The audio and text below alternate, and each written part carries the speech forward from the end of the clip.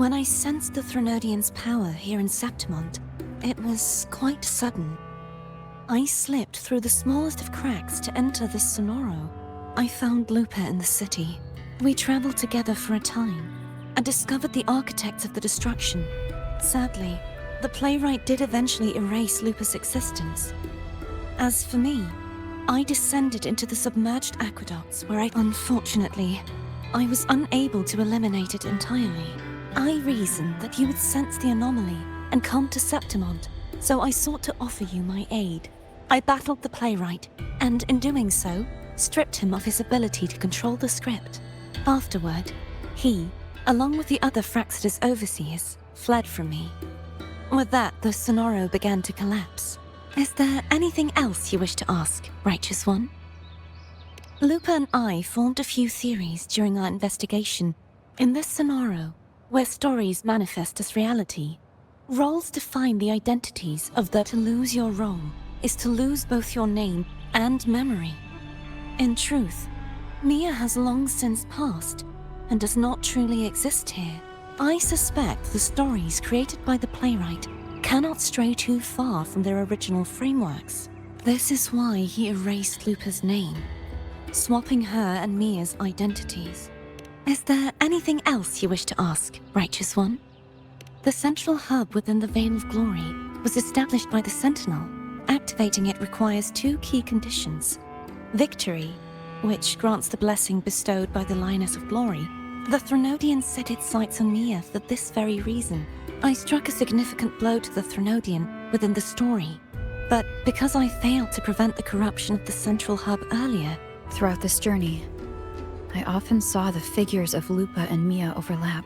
It seems the Threnodian was attempting to replace Lupa, hoping to use her to corrupt the hub, siphon its power, and ultimately destroy. Is there anything else you wish to ask, right? Apart from the playwright, I also encountered two other Fraxida's leaders. Surely they must be Frolova and Scar.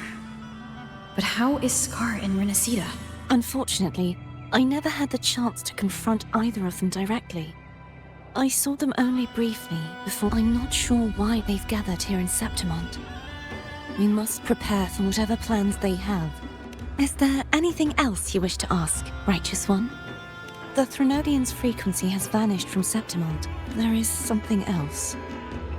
Perhaps due to the dark tide in the Sonoro, I can feel my balance shifting. Now that I think of it, this could very well be part of the Fraxidas' plan. You need to head to the Black Shores, Cardathia. They've been dealing with the Threnodian for years. You should go there and run some tests. They'll know how to handle what's coming. The Black Shores?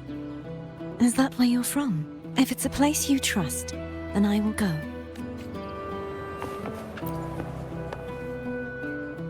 The event that brought forth the dark tide, it must have been my death. After that, the details of the story blur. It repeated so many times.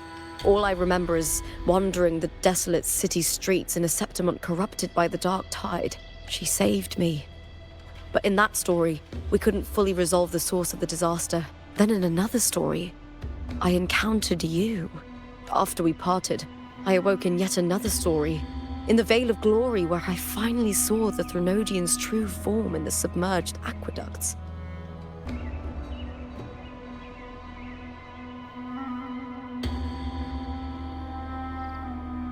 After defeating it, the Sonoro began to collapse. Is there anything else you want to know? I'll hold nothing. My death. Well, I'll start from the very beginning. I had failed to expose the family's match fixing. After being deceived by Domina Julia and winning the title on my own, the last thing I clearly remember was standing in the central hub in the Veil of Glory, pressing my spear into something that resembled a control panel. In the end, all of Septimont was swallowed by it.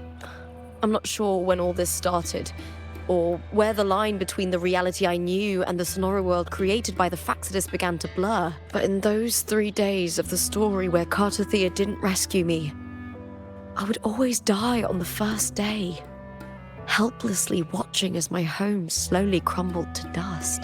Is there anything else you want to know? I'll hold nothing back. Cartathea saved me. The me who had lost her role and her memories. We wandered the abandoned city of Septimon and pieced together that the Fraxidus and the Threnodian were the true architects of the chaos. Yet in the end, my role was claimed by the Threnodian. My body disappeared before Cartathea's eyes. But before I was lost to oblivion, Cartathea gave me a sliver of her frequency. I think it was that frequency that unknowingly led to our paths crossing in the story. Is there anything else you want to know? Many years ago, Mia cast herself into the sea to escape the Threnodian's control.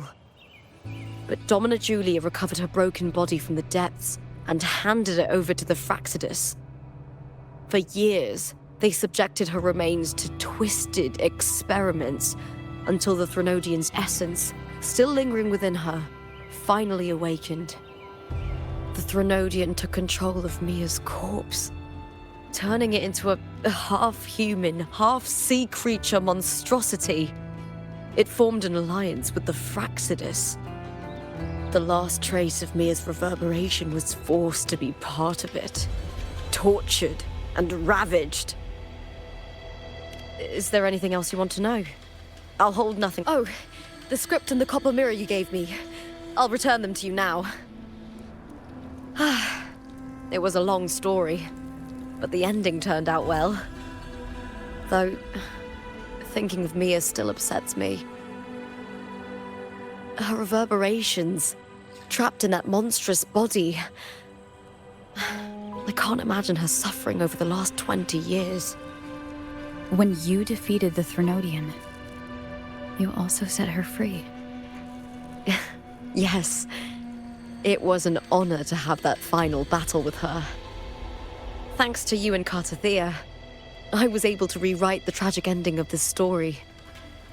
Thank you, my fellow warrior, for believing in me. There's one more thing. We should return to the central hub in Septimon. I found something tied to you there.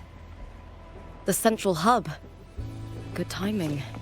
There's something I need to handle in the Veil of Glory, too. Good. Let's set off together. Вперед!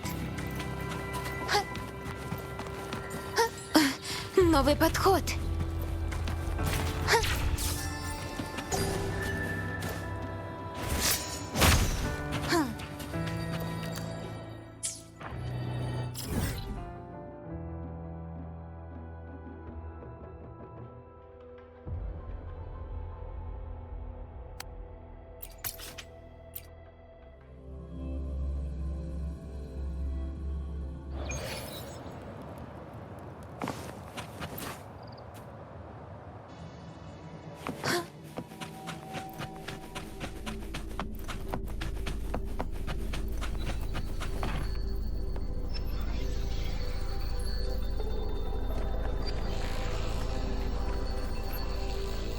When Lupa vanished, I destroyed the experimental unit, pursued the Threnodian, and defeated the Lioness of Glory it controlled.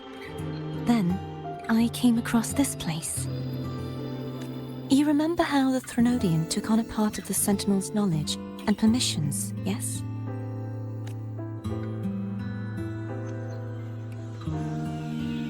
For the Sentinel, the information stolen was their very memories. For this reason, even the Sentinel forgot that before merging with the Threnodian, they transferred some of their knowledge to the central hub in Septimon. The knowledge they would later forget. It was a secret, one the Threnodian should never learn. The Sentinel moved it there for safekeeping. Within it, I found a special frequency. A part of it felt like yours. I believe it's what the Sentinel left for you, so I took it. Huh?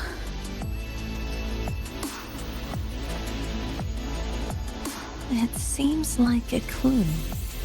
The true secret they left for you is not here, but in that direction.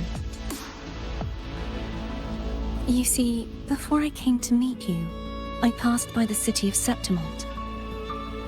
The arena I destroyed has been restored, but in the people's hearts, it's still the Righteous One and Lupa who claimed victory.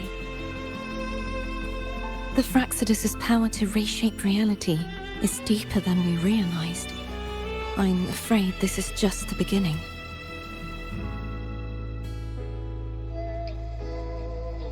I once believed the Threnodians sought to use the Fraxidus to regain power, but its true goal is the central hub. I believe it's due to this secret the Sentinel has hidden. That direction, it leads to the hunting grounds. The blight cloud still lingers there. When the high tide comes, Septimontians hunt and cull the spawning tacit discords. The dark tide connects everything. I cannot pinpoint where the Sentinel's message lies. I'm afraid you must go there yourself. But the worst of the storm has passed.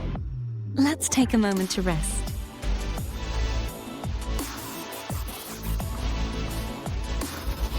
Lupa, will you be our tour guide? Show us the sights and glories of Septimont?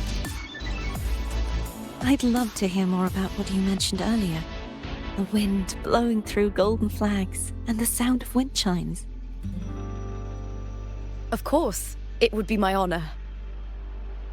But before we go, there's something I need to do first.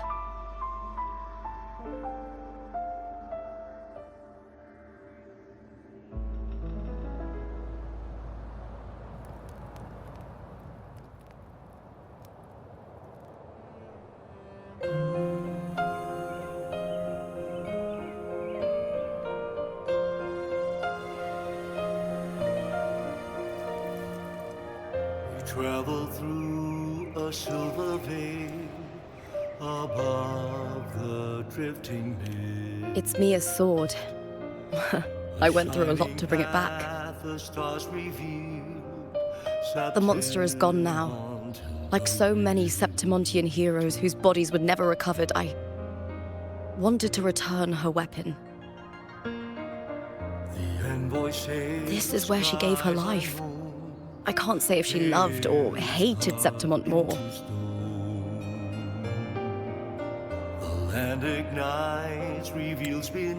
But she once spoke of the bloodleaf viburnum. It's a tribute often given to gladiators by their supporters. So, I think, she would have wanted to rest here.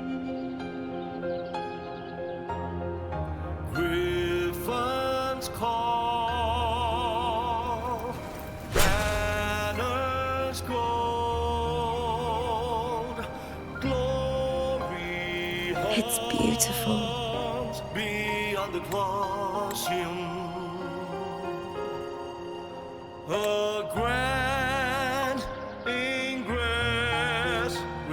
Our city. The city of glory.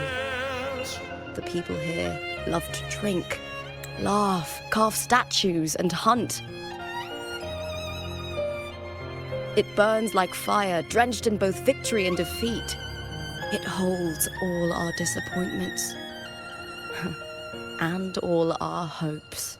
The eagle's nest where thunder sleeps in the solemn breeze.